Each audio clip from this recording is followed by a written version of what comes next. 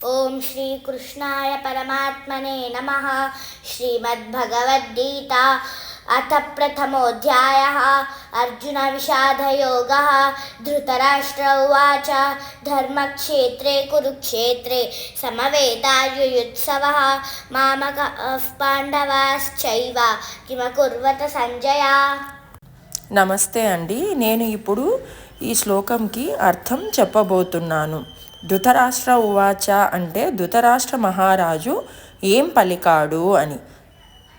ధర్మక్షేత్రే అంటే తీర్థస్థానంలో, కురుక్షేత్రే అంటే కురుక్షేత్రం అనే పేరు కలిగిన ప్రదేశంలో, సమవేత అంటే అందరూ కలిసి సమకూడి అని, యుత్సవ అంటే యుద్ధం చేయగోరిన వారై, మామకాహ అంటే నా పక్షం వారైన నా పుత్రులు అనగా కౌరవులు, పాండవాహ ఇక్కడ పాండవాశ్చైవ అనే పదాన్ని నేను విడదీస్తున్నానండి. అందుకని పాండవాహ అంటే పాండుతనయులు, చ అంటే మరియు, ఏవా అంటే నిక్కముగా, కిమ్ అంటే ఏమి, అకుర్వత చేశారు, సంజయ అంటే ఈ శ్లోకం అర్థం ఏమిటంటే, ఓ సంజయ, కురుక్షేత్రంలోని ధర్మక్షేత్రంలో నా తనయులు పాండుతనయులు యుద్ధము చేయగోరిన వారై సమకూడిన తర్వాత ఏమి చేశారు అని ఈ శ్లోకం యొక్క అర్థం.